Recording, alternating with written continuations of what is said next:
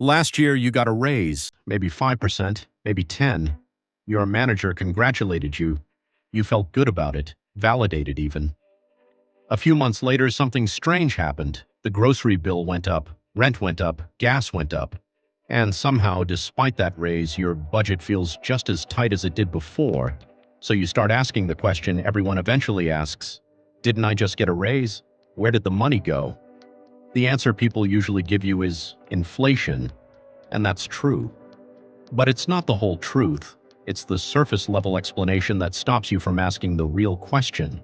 The real answer runs deeper, and once you understand it, you will never look at your paycheck the same way again. We're living through a period where the number on your paycheck keeps climbing. Companies proudly announce their annual merit increases. Politicians point to wage growth statistics as proof the economy is strong.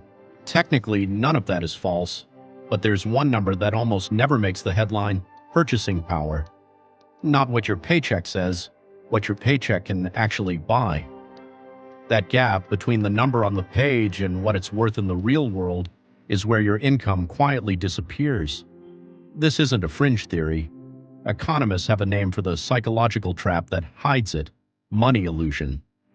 Let's break it down with real numbers. Say you earn $80,000 a year. Your company gives you a 5% raise. Now you're making $84,000. Feels like progress. But here's what almost nobody checks. What did prices do that same year? If inflation that year ran at 4%, which is close to what the US has seen in several recent years, then the basket of goods that cost you $80,000 to buy last year now costs you $83,200 to buy this year. So your real gain wasn't 5%, it was closer to 0.8%. That 5% raise, the one that made you feel like you were getting ahead, mostly just kept you in the same place. And that's before taxes potentially push you into a higher bracket, which can shave off even more. This is the quiet mechanism running underneath every paycheck in the country. The number goes up, the power behind that number barely moves, and this is where the real story begins. So where does this inflation actually come from? Is it just something that happens to an economy, or is it something closer to a design choice? Most people think inflation just means things got more expensive. Technically, that's backwards. Inflation means money got less valuable, and prices simply reflect that. Here's the mechanism. The Federal Reserve, along with the broader banking system, expands the money supply over time through interest rate policy, government spending, and in extreme cases, direct monetary expansion, the way we saw during 2020 and 2021. When more dollars are chasing the same amount of goods and services, each individual dollar buys a little less. That's not a conspiracy. It's basic supply and demand applied to currency itself. Now here's the part that rarely gets said out loud. The Federal Reserve doesn't just tolerate inflation, it targets it. The Fed's official target is 2% annual inflation, not zero. 2% every single year by design. Economists generally view a moderate, predictable inflation rate as healthy for an economy.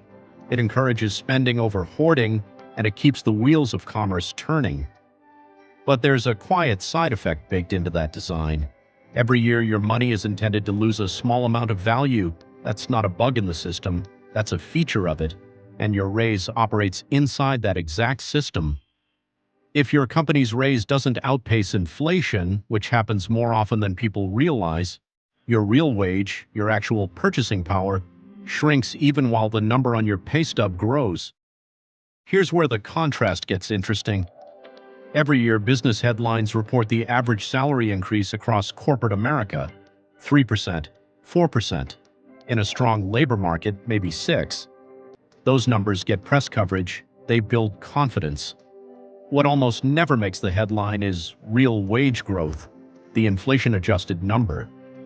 That number isn't exciting, so it doesn't sell. But in multiple recent years, especially through the inflation spike of 2021 and 2022, real wages in the US were flat or negative for large parts of the workforce, even while nominal paychecks kept climbing. That means people felt like they were moving forward. The math said otherwise, and here's the irony.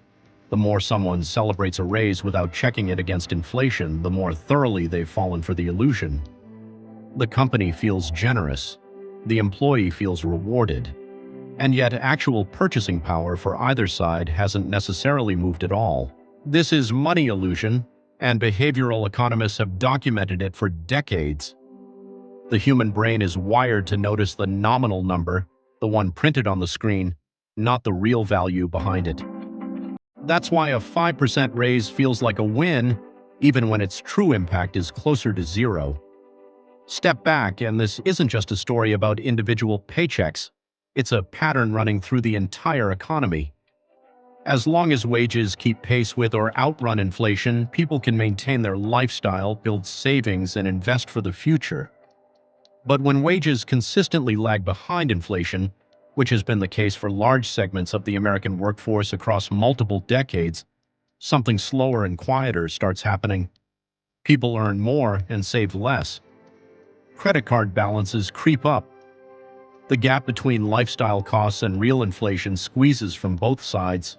And the most dangerous part is that most people never notice, because every year's paycheck number looks like progress on paper. This hits hardest among people with the least exposure to financial literacy, people who see their salary purely as a number, not as purchasing power. Anyone sitting entirely in cash in a checking account or in a low-yield savings account is quietly losing value every single year. A savings account paying 1% interest against 3% inflation isn't a safe place to park money. It's a slow leak.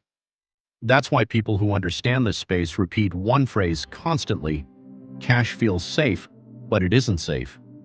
The risk is invisible. It doesn't show up as a single dramatic event.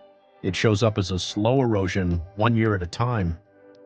The biggest long-term effect of all this is the widening wealth gap.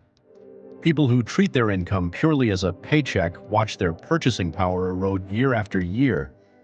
People who convert income into assets, equities, real estate, ownership stakes in businesses experience inflation completely differently, because asset prices tend to rise with or ahead of the same inflation that's eating away at cash. This is why the old line, "It's hard to build real wealth on a salary alone," isn't just motivational advice. It's a mathematical consequence of how money illusion actually operates. Zoom out far enough, and inflation stops looking like an unfortunate side effect of a growing economy. It starts looking like an invisible tax. Nobody votes on it. It never appears as a line item on any bill, and yet it gets collected quietly every single year from anyone holding cash or low-yield savings instead of assets. So the next time you get a raise and it feels good, pause for a second. Ask yourself, is this number actually increasing what I can buy? Or is it just a bigger number on a screen, making me feel like I'm ahead while I stay exactly where I started? And if the entire system is designed so that money loses a little value every year on purpose, then the real question isn't whether you'll get your next raise. The real question is whether you're simply running to stay in place inside that system, or whether you actually understand it well enough to get ahead of it. Because one thing is certain, your money will keep losing value.